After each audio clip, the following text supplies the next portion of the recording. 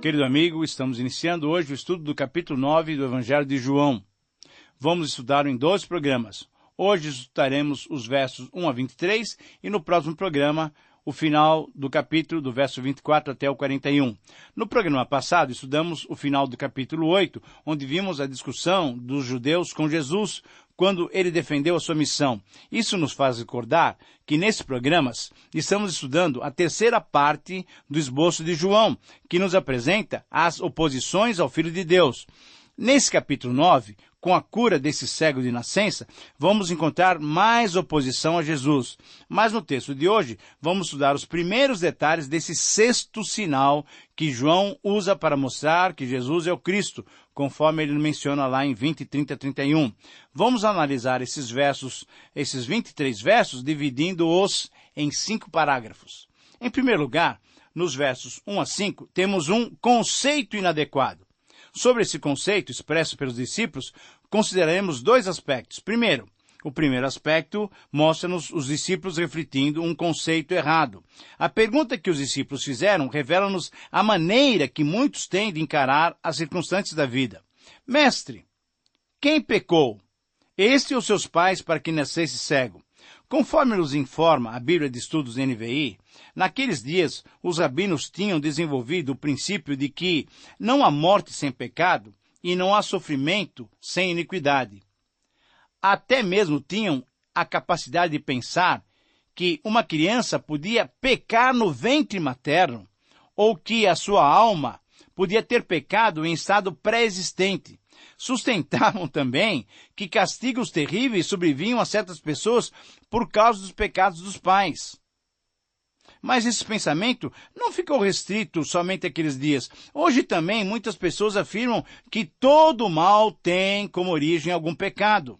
Então, essa situação desse cego tem se tornado e é um assunto de estudo, de especulação por parte dos discípulos e por parte de muitas pessoas nos nossos dias. Vendo o homem que nascera cego, eles perguntaram a razão daquela triste situação. Como mencionamos, os judeus entendiam que algum pecado tinha acontecido em algum momento. Para eles, a causa era um pecado. Mas discutir simplesmente a causa ou causas do pecado era transformar aquele pobre homem numa espécie de cobaia, num elemento de estudo apenas.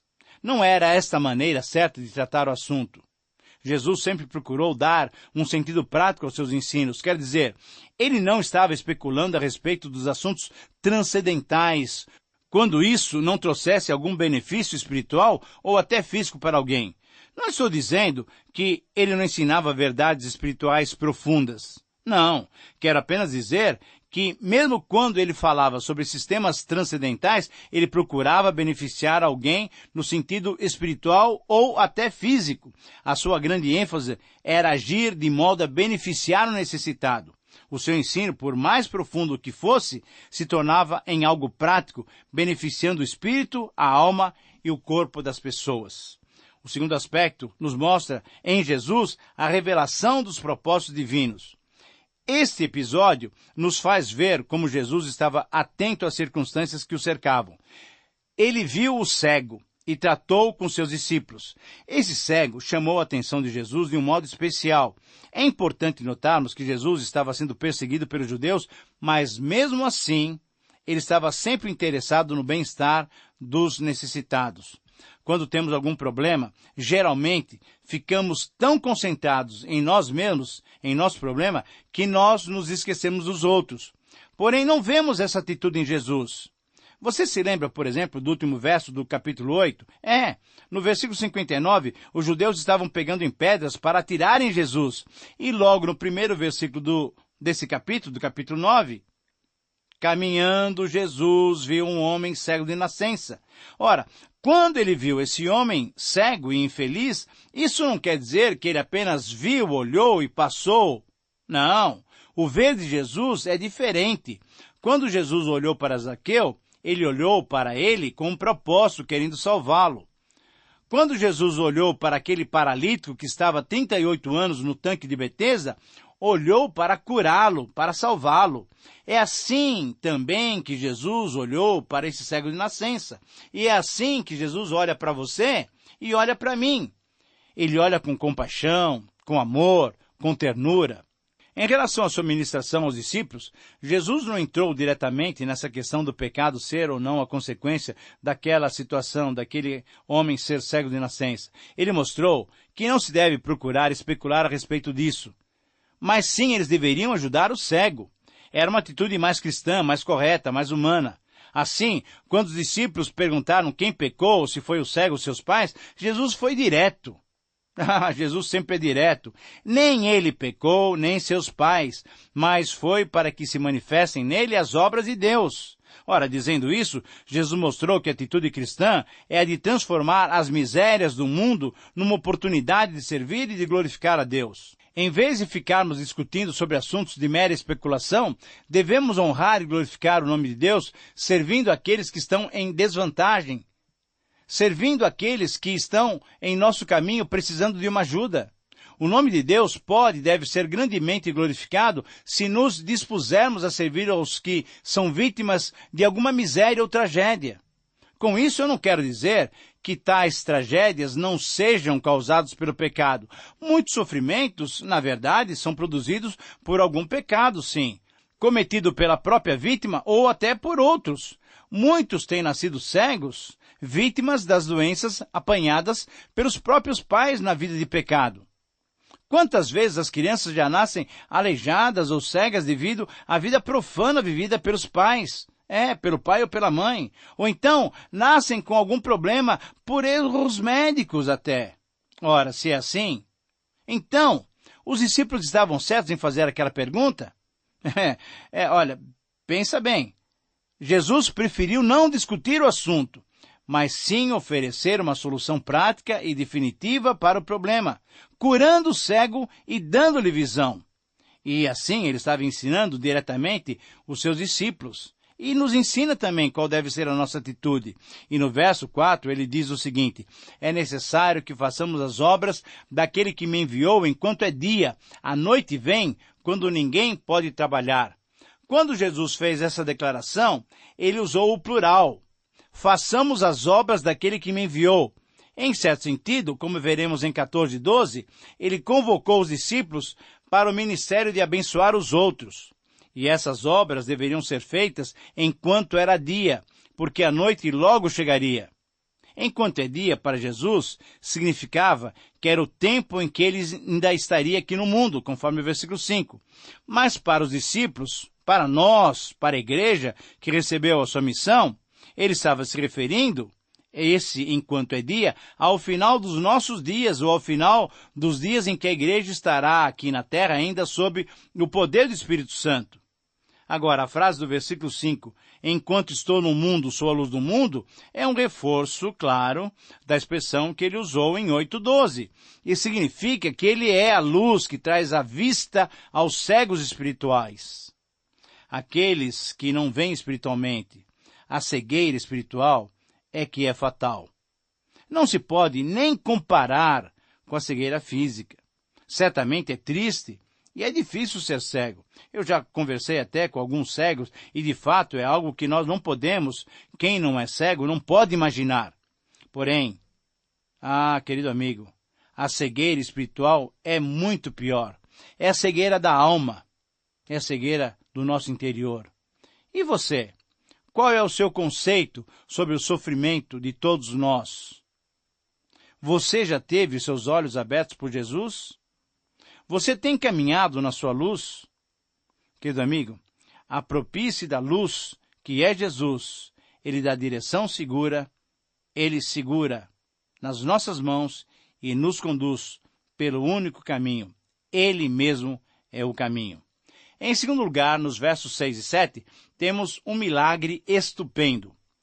Vamos considerar esses dois versos sobre dois aspectos. O primeiro aspecto nos mostra um método divino de agir. Jesus usou aqui um método bem diferente do que ele usara em outras ocasiões. Agora, por que ele lançou mão desse recurso que nos parece até estranho para recuperar esse homem? Ora, ele tinha a liberdade de escolher qualquer método que ele quisesse. Talvez Jesus estivesse nos ensinando que, como aconteceu naquela multiplicação dos 5 pães e 2 peixes, ele pode usar qualquer coisa que estiver às mãos para realizar feitos poderosos. Ora, e não tendo nada nas suas mãos, ele usou o quê? A saliva e o pó da terra para o milagre. Talvez Jesus queria demonstrar que o milagre se daria através de um processo em que muitos também seriam beneficiados. Por quê? Porque certamente o lodo nos olhos do cego chamou a atenção daqueles que o viram caminhando até o tanque de Siloé. Ou talvez ainda, passando lodo e pedindo para que o homem fosse se lavar em Siloé, Jesus estivesse testando e desenvolvendo a fé daquele homem. Querido amigo, o nosso problema é que achamos que Deus só pode agir ou fazer alguma coisa em favor de nós, dos homens, da maneira que nós entendemos que deve ser feita. Nós nos esquecemos que Ele pode usar inúmeros recursos ou métodos diferentes para fazer a mesma coisa. E o segundo aspecto que nós devemos considerar e nos mostra um resultado maravilhoso. Embora fosse um método estranho, o resultado foi especial. João foi objetivo nas suas palavras ao descrever esse fato. Ouça, ele foi, lavou-se e voltou vendo. É assim que acontece, mesmo sem entendermos, mesmo sem compreendermos. Se somente obedecermos, as realizações do Senhor ocorrerão. Em terceiro lugar, nos versos 8 a 12, temos agora um testemunho singelo. Vamos considerar também dois aspectos. O primeiro aspecto nos mostra a confusão dos vizinhos. Esse caso tão especial repercutiu de tal maneira e se criou uma grande controvérsia. O assunto era de fato muito empolgante, pois quem conhecia o cego de nascença não podia crer que ele já estivesse vendo, que ele estivesse recuperado. Era um fato que só podia ser explicado através de um milagre. Um cego que não fosse de nascença, olha, seria até mais fácil de aceitar. Mas se tratando de um cego de nascença, então era de fato alguma coisa espantosa, era alguma coisa maravilhosa. Então aqueles vizinhos estavam confusos. Alguns perguntavam, quem é esse homem? Outros criam que era ele, e ainda outros criam que era parecido com ele. Esse milagre foi de fato algo notável, mas o maior milagre não é dar a vista ao cego. Não, o maior milagre que Jesus realiza ainda hoje é dar a visão espiritual ao homem, é fazer o homem ver espiritualmente. O pecado, querido amigo, cega a faculdade do homem ver, cria-lhe uma miopia, prejudicando-lhe completamente a visão. É o Espírito Santo que abre a visão da alma do homem para ver a Deus, para enxergar as coisas espirituais. E quando o homem rejeita essa operação divina na sua vida, então está fadado a viver sempre cego, sem Deus e sem esperança. O segundo aspecto nos mostra o testemunho esclarecedor do ex-cego. Diante de tantas opiniões sobre si, o ex-cego assumiu então uma identificação. Sou eu! E ainda mais, diante das perguntas de como tinha acontecido aquela transformação, ele respondeu, um homem chamado Jesus fez lodo, untou-me os olhos e disse-me, vai ao tanque de Siloé e lava-te. Então fui, lavei-me e estou vendo. O ex-cego foi muito singelo, foi muito simples nas suas palavras. Ele, objetivamente, relatou o que tinha acontecido, dando os detalhes necessários. Vejam só, são 5 detalhes muito claros. Primeiro, deu o nome de quem tinha feito o milagre, identificando Jesus. Segundo, contou o método que tinha sido usado para o milagre. Isso é, disse que foi untado por um lodo nos olhos. Terceiro, relatou o processo do milagre, pois Jesus ordenou que ele se lavasse no tanque de Siloé. Quarto, declarou a sua obediência à ordem, pois de fato ele fez o que foi ordenado, obedeceu. E aí, quinto, ele proclamou o resultado maravilhoso do milagre. Ele estava vendo. Agindo então de uma maneira muito diferente daquela do paralítico que fora curado no tanque de Betesda, esse homem foi muito objetivo em dar o crédito ao seu benfeitor, o Senhor Jesus. E ao ser perguntado onde Jesus estava, ele foi novamente objetivo e disse que não sabia. Ora, O que vemos da atitude desse cego merece a nossa atenção, pois testemunhar, querido amigo, é exatamente isso que ele fez, contar aquilo que você viu, aquilo que aconteceu com você. Quando em Atos 1:8, Jesus disse que receberíamos o Espírito Santo e seríamos suas testemunhas, ele quis dizer exatamente isso. Vocês devem contar o que aconteceu com vocês, como vocês foram transformados. Querido amigo, não é necessário preparar uma mensagem, preparar um sermão com pontos de visão. Não. Para testemunharmos, temos apenas que relatar o que aconteceu conosco. Como é que Jesus transformou a nossa vida? Agora, você tem testemunhado Jesus? Você tem contado como Jesus lhe abriu os olhos? Os olhos espirituais. Você tem testemunhado da sua transformação? Essa é a nossa responsabilidade. Em quarto lugar, nos versos 13 a 17, temos um interrogatório sem sentido. Vamos considerar também dois aspectos aqui. Primeiro aspecto nos mostra os fariseus e a tradição. Vemos que a controvérsia sobre a cura continuava, mas agora com o envolvimento dos próprios fariseus, dos líderes religiosos, que não aceitavam a maneira do Senhor Jesus agir. Eles entendiam que se Jesus fosse Deus, não faria aquele milagre num sábado. Agora, isso é um entendimento completamente absurdo. Ora, isso nos mostra até que ponto pode chegar o religioso na interpretação errônea da lei. Não havia nada na lei que impedisse Jesus de fazer aquele milagre, de dar uma vista, de recuperar a vista àquele homem. Não.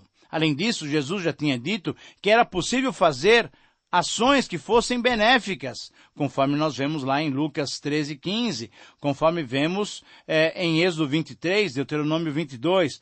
As interpretações legalistas dos fariseus chegaram ao ponto deles preferirem a perpetuação da deficiência visual daquele homem, ao invés de vê-lo restaurado vendo pela primeira vez, só para manter a lei do sábado. É esse o tipo de religião farisaica que Jesus tanto condenou. É religião que se fecha em si mesmo, a ponto de concluir que Jesus não é ou não era Deus pelo fato de curar num dia de sábado. Que visão! Como é que esses fariseus cegos espiritualmente, cegos de uma cegueira crônica, eles rejeitaram Jesus por causa disso? Assim, ainda hoje, há muitos dizendo que Jesus não é Deus. Esses fariseus modernos dão sempre suas explicações, dizendo que Jesus não é Deus. Ainda no texto, alguns que já criam perguntaram então aos fariseus, versículo 16, então, olha, como é que pode um homem pecador fazer tantos sinais? Ora, a divindade de Jesus não fica provada somente com esse milagre, não. A sua divindade é provada por todas as Escrituras, desde o Antigo Testamento, pelo Novo Testamento. Ele foi e é o Deus encarnado, pois desde o início da história humana, ele vinha sendo anunciado. Em quinto lugar, nos versos 18 a 23, temos uma confirmação titubeante. Nessa confirmação vacilante, temos dois aspectos a considerar. Primeiro, o aspecto dos fariseus, que nos mostra os fariseus, a tradição e a incredulidade. No verso 18, temos a atitude dos fariseus. Estavam tão incrédulos, não podiam admitir um milagre, um sinal tão especial como aquele. Eles eram tão incrédulos que tiveram que chamar os pais daquele cego para perguntar-lhes, era cego mesmo? Como é que ele vê agora? Mas além de serem incrédulos, eles na verdade estavam enciumados, pois como diz no versículo 22, nos é relatado que eles tinham acertado entre si que se alguém confessasse Jesus como Cristo, como Messias, esse alguém seria expulso da sinagoga. Querido amigo, o ciúme e a inveja cegam os nossos olhos e muitas vezes prejudicam os outros que estão ao nosso redor. Você precisa ver isso na sua vida. Espero que você nunca seja atingido pela cegueira espiritual. Mas o segundo aspecto desse verso 18 a 23 nos mostra os pais e a confirmação temerosa deles. A resposta dos pais foi significativa. É fácil percebermos o medo que esses pais tiveram de se envolverem no caso da cura do filho. Ora, essa cura maravilhosa deveria causar profunda admiração e alegria em todos, principalmente naqueles pais, porque conheciam melhor do que ninguém o sofrimento, o drama daquele filho que desde o momento em que nasceu nunca tinha visto a luz do sol, nunca tinha visto as cores, nunca tinha visto as flores, nunca tinha visto os próprios pais, nunca tinha visto seus amigos, seus parentes. Era cego de nascença. Mas esses pais titubearam ao se apresentarem diante dos fariseus. Eles estavam cheios de precaução, de medo, de temor, afirmando que, de fato, aquele era o seu filho, que lhes nascera cego. Mas quanto a ter sido curado, eles procuraram evitar qualquer explicação para não perderem o direito de frequentar a sinagoga. Porque, na verdade, naqueles dias, a sinagoga era o centro da vida comunitária de Israel, e quem estivesse excluído da sinagoga perdia muito da sua vida social. Para aqueles pais, a sinagoga, então, era mais importante que o seu filho, e ainda maior do que Jesus, que realizara tão grande benefício em favor dos seus filhos. Por isso, ao invés de assumirem uma postura firme, ficaram titubeando e encaminharam a questão para o filho curado. Olha, ele tem idade, interrogai-o vocês. Querido amigo, qual é a sua situação? Você está enciumado? Você está invejoso? Você quer, como aqueles fariseus, aqueles líderes religiosos, você quer que todos te respeitem obrigatoriamente? Ou você tem agido como aqueles pais, titubeante, temeroso, com medo, sem coragem de assumir a sua fé e sem coragem de assumir uma postura mais firme ao lado do Senhor Jesus? Qual é a sua situação? Pense sobre a sua vida. Você foi liberto da sua cegueira espiritual? Então assuma a sua posição diante de Jesus. Essa é uma reflexão que você deve fazer diante de Deus. Bom, chegamos assim ao final de mais um tempo de estudos. Um forte e grande abraço. Que Deus te abençoe.